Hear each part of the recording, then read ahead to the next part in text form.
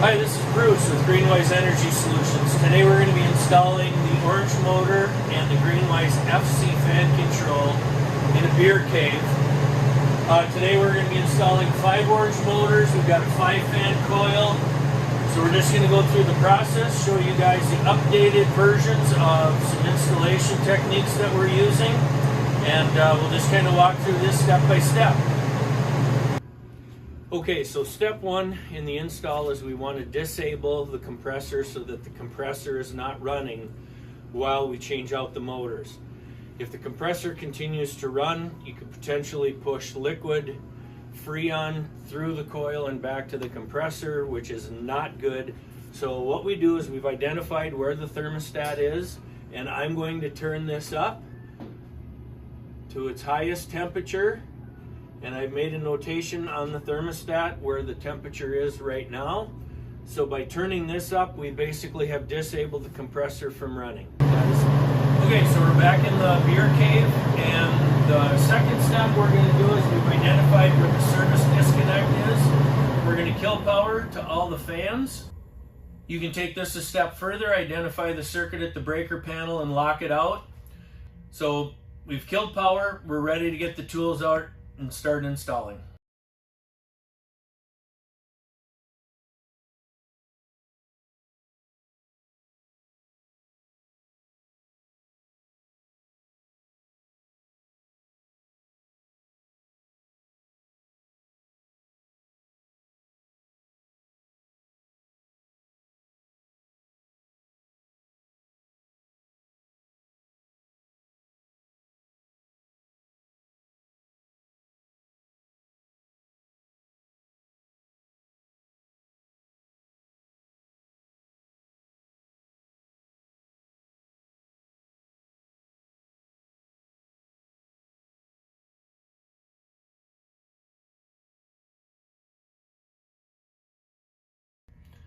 Okay, we've removed the 5 motors and now we're going to install the orange motor.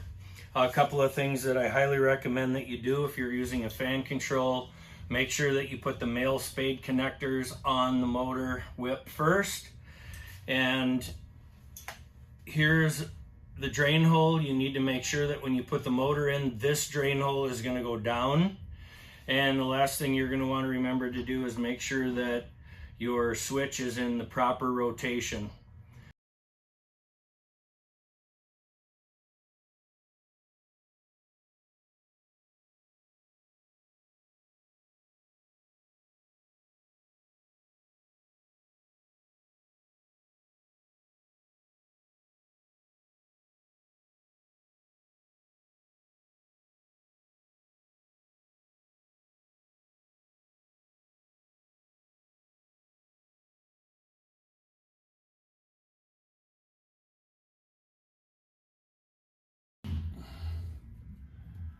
Got the motor installed, grommets everywhere a wire goes through the box.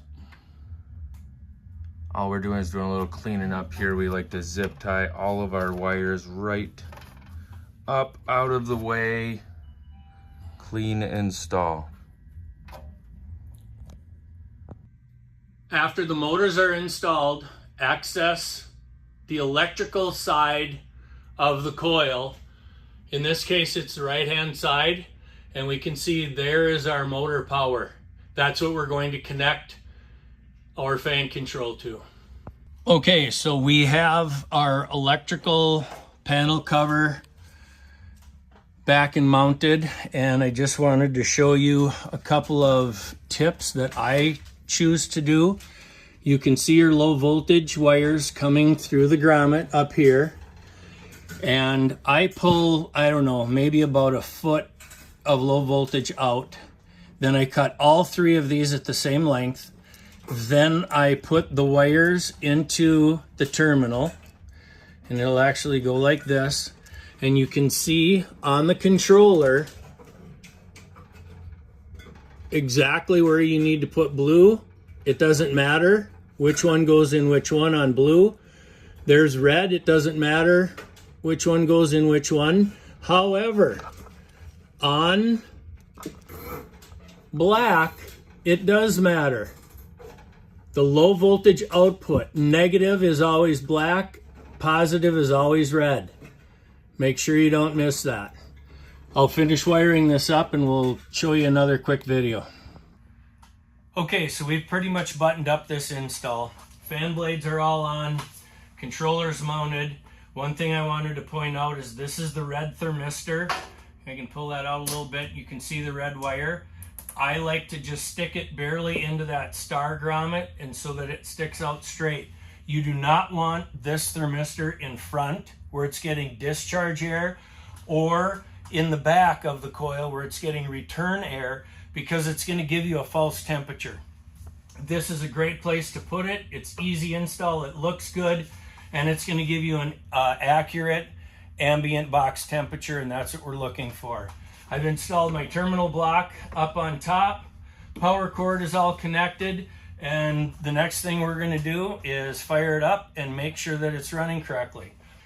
So I'll go ahead and apply power. At first, the red light comes on immediately and starts blinking red. The default is immediately to go to high. It'll blink red until this green light blinks approximately 12 times. It takes a reading from the blue thermistor, then the red thermistor, and it does that 6 times, calculates what's going on in the coil, and now you can see it's already dropped down to low speed. So we're going to adjust the thermostat, get it back to operating temperature, and this project is complete.